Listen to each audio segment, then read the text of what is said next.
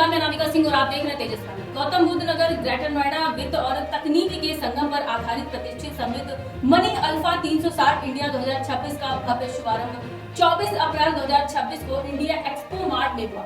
ये 2 दिवसीय सम्मेलन 24 से 25 अप्रैल तक आयोजित किया जा रहा है, जिसमें देश विदेश से फिनटेक, वेलटेक और डिजिटल वित्तीय सेवाओं से जुड़े विशेषज्ञ, निवेशक, उद्योग जगत के प्रतिनिधि भाग ले रहे हैं।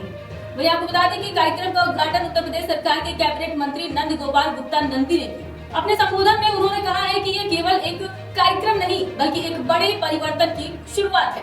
उन्होंने कहा है कि एक समय था जब बैंकिंग पूरी तरह भौतिक स्वरूप में सीमित थी। लंबी कतारें, जटिल प्रक्रियाएं और सीमित पहुंच आम लोगों के लिए बड़ी बाधा थी।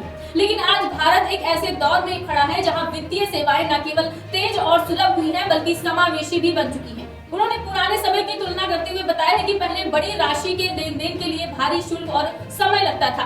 उदाहरण के तौर पर यदि किसी को 1 करोड़ रुपए भेजने हैं तो उसे भारी बैंक कमीशन देना पड़ता था।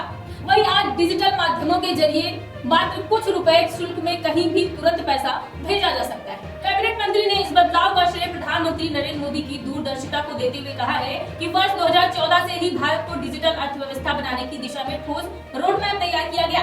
इसी का परिणाम है कि आज भारत दुनिया में सबसे मजबूत डिजिटल सार्वजनिक ढांचे वाले देशों में शामिल हो चुका है। उन्होंने ये भी उल्लेख किया है कि वर्तमान में भारत वैश्विक स्तर पर लगभग 49% रियल टाइम डिजिटल लेन देन यूपीआई के माध्यम से कर रहा है, जो देश की तकनीकी क्षमता, कार्यकुशलता और जनता के विश्वास को दर्शाता है। आपको बता दें कि समिट के आयोजन और आईएमएल ग्रेटर नोएडा के चेयरमैन राकेश कुमार ने बताया है कि ये कार्यक्रम वित्तीय तकनीक के भविष्य को आकार देने वाले एक महत्वपूर्ण मंच है। उन्होंने कहा है कि इस सम्मेलन का उद्देश्य विशेषज्ञों, स्टार्टअप और निवेशकों को एक साथ लाकर नवाचार, सहयोग और व्यापारिक विस्तार को बढ़ावा देना है। इस दौरान प्रतिभागियों को प्रदर्शनी, networking zone, product demo, startup showcased और विभिन्न कॉन्फ्रेंस सत्रों के माध्यम से नए विचारों और तकनीकों को समझने का अवसर मिला है। वहीं समिट की एक बड़ी विशेषता ये है कि इसमें 5000 से अधिक इंडस्ट्री विजिटर्स के शामिल होने की संभावना है। नेटवर्किंग जोन में निवेशकों और उद्योगपतियों के साथ सीधे संवाद का अवसर उपलब्ध कराया गया है, जिससे नए व्यापारिक संबंध स्थापित हो सके। साथ ही एमएसएमई और स्टार्टअप पवेलियन के माध्यम से नवाचारों को प्रदर्शित करने और उन्हें निवेशकों तक पहुंचाने का एक सशक्त प्लेटफॉर्म भी प्रदान किया गया है। कार्यक्रम के दौरान product talks, live demo session, breakout सत्र और विशेषज्ञों के विचार विमर्श जैसे कई आयोजन किए जा रहे हैं।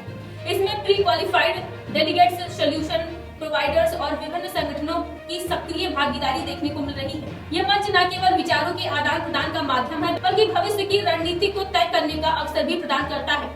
समिट में जिन प्रमुख विषयों पर चर्चा हो रही है उनमें एआई आधारित बैंकिंग और डिजिटल पेमेंट्स, इंश्योरेंस सेक्टर और आर्टिफिशियल इंटेलिजेंस का उपयोग, एल्गोरिदमिक और quant trading, high frequency trading, cross border transaction, ECG आधारित निवेश, तकनीक, डिजिटल सिक्योरिटी, स्मार्ट लेंडिंग और साइबर सुरक्षा जैसे महत्वपूर्ण क्षेत्र शामिल है। इसके अलावा ब्लैक चेक, टोकनाइजेशन और स्मार्ट कॉन्ट्रैक्शन जैसी उभरती तकनीकी पर भी गहन चर्चा की गई।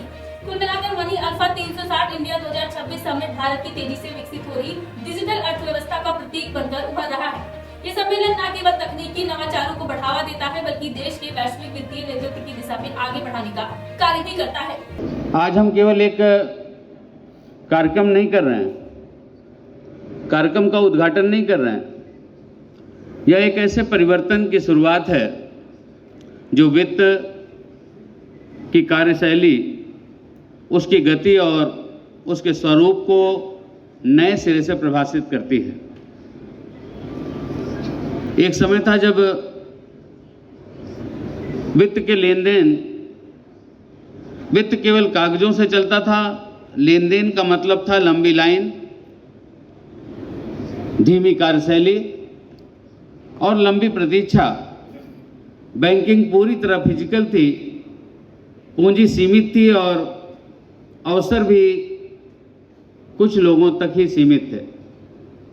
लेकिन आज का समय बिल्कुल अलग दौर में हम खड़े हैं, जहां वित्त का आवागमन तेज है और समावेशी हो चुका है। फिजिकल अनिवार्यता लगभग समाप्त हो गई है। पहले डीडी बनाने के लिए लंबे चौड़े बैंक कमीशन लगते थे। 0.2% लगता था। अगर 1 करोड़ रुपए भेजने हैं तो 20,000 रुपये लगता था। आज 50 रुपए के आरटीजीएस में जितना मर्जी रुपया कहीं भी हम भेज सकते हैं। आज हम निफ्ट और आरटीजीएस जैसी सुविधाओं से जुड़ चुके हैं। माननीय प्रधानमंत्री श्री नरेंद्र मोदी जी की दूरदृष्टि ने बहुत पहले भविष्य की आवश्यकताओं को समझ लिया था। यही कारण है कि उनके यशस्वी नेतृत्व में 2014 से ही डिजिटल इकोनॉमी बनने की दिशा में हम प्रभावी रोड मैप के माध्यम से आगे बढ़ रहे हैं। यही कारण है कि भारत की आर्थिक विकास यात्रा एक नकद आधारित अर्थव्यवस्था से डिजिटल वित्तीय शक्ति बनने तक बेहद अभूतपूर्व रही है, बेहद अभूतपूर्व बन गई है।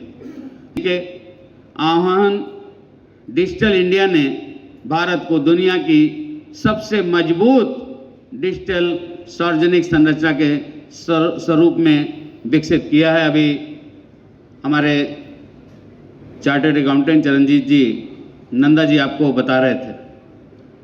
आज भारत विश्व का लगभग 49% रियल टाइम डिजिटल लेन देन यूपीआई के माध्यम से कर रहा है।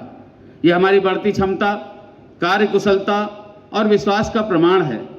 यह केवल सुविधा की बात नहीं है, यह आर्थिक सशक्तिकरण को भी सर्वव्यापी बनाने की बात करता है, आकार ले रहा है। आज बदलाव की गति का इंतजार नहीं करती। आज बदलाव गति का किसी का इंतजार नहीं करती या केवल उन्हें आगे बढ़ाती है जो तेजी से अनुकूल रहते हैं। यही कारण है मनी अल्फा 360 डिग्री जैसे प्लेटफॉर्म अब विकल्प नहीं बल्कि अनिवार्य आवश्यकता बन चुके हैं, जिसका आज हम लोग यहाँ पर कार्यक्रम कर रहे हैं। क्योंकि आज के दौर में जानकारी सबसे बड़ी ताकत है। आज के दौर में जानकारी सबसे बड़ी ताकत है। यह समिट वित्त, तकनीकी, पूंजी, नीति, उद्यमिता सभी शक्तियों को एक मंच पर लेकर के आया है। इसके लिए मैं आयोजक गणों को बहुत बहुत बधाई देता हूँ, बहुत बहुत शुभकामनाएं देता हूँ।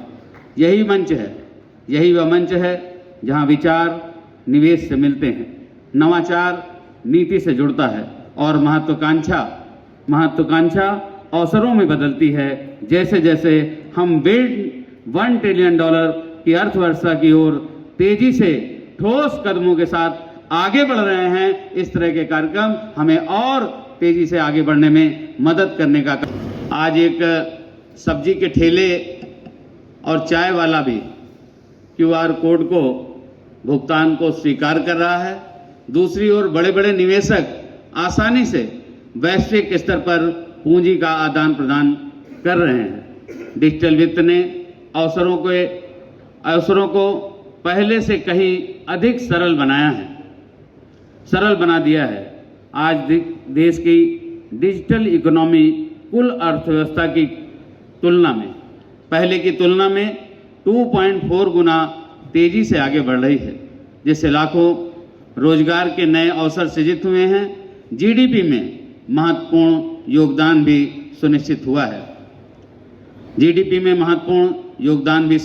है। आज डिजिटल भुगतान इकोनॉमिकल इकोसिस्टम का अभिन्न हिस्सा बन चुका है। यह एक बड़े और ऐतिहासिक परिवर्तन का संकेत है। इस दौर में तकनीकी ने केवल वित्त की गति को तेज नहीं किया बल्कि उसकी सीमाओं को भी विस्तारित किया है। AI निर्णय प्रक्रिया को बदल रहा है। ब्लॉकचेन विश्वास की नई परिभाषा गढ़ रहा है। डिजिटल एसेट्स स्वामित्व को नए रूप में प्रस्तुत कर रहे हैं और फिनटेक उन खाइयों को पाट रहा है जिन्हें कभी पार पाना मुश्किल था। आज का वित्तीय परिदृश्य एक खुला, सहयोगी और बेहद प्रतिस्पर्धी इकोसिस्टम बन चुका है। इकोसिस्टम के एक बात बिल्कुल स्पष्ट है, यदि आप अवसर का लाभ नहीं लेंगे तो कोई और ले लेगा। यदि आप अवसर का लाभ नहीं लेंगे तो कोई और ले लेगा। अभी हमारे CEO यमुना अथॉरिटी के जैसे बता रहे थे कि एक यमुना एक्सप्रेसवे बनाने के लिए बनी थी, लेकिन साथ साथ ज़रूरत के साथ साथ बदलते बदलते आज देश की सबसे बड़ी अथॉरिटी, इंडस्ट्रियल अथॉरिटी के रूप में उसने अपना नाम स्थापित किया है और देश के सबसे बड़े एयरपोर्ट को भी अभी आदरणीय प्रधानमंत्री जी ने लोकार्पित करने का काम किया है।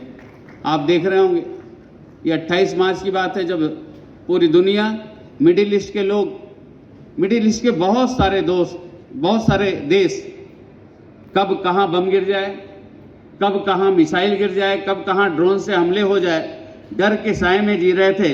तो आदरणीय प्रधानमंत्री जी ने, हमारी डबल इंजन की सरकार ने एक बहुत बड़े एयरपोर्ट को यहाँ पर लोकार्पित करके देश की सेवा में समर्पित किया है।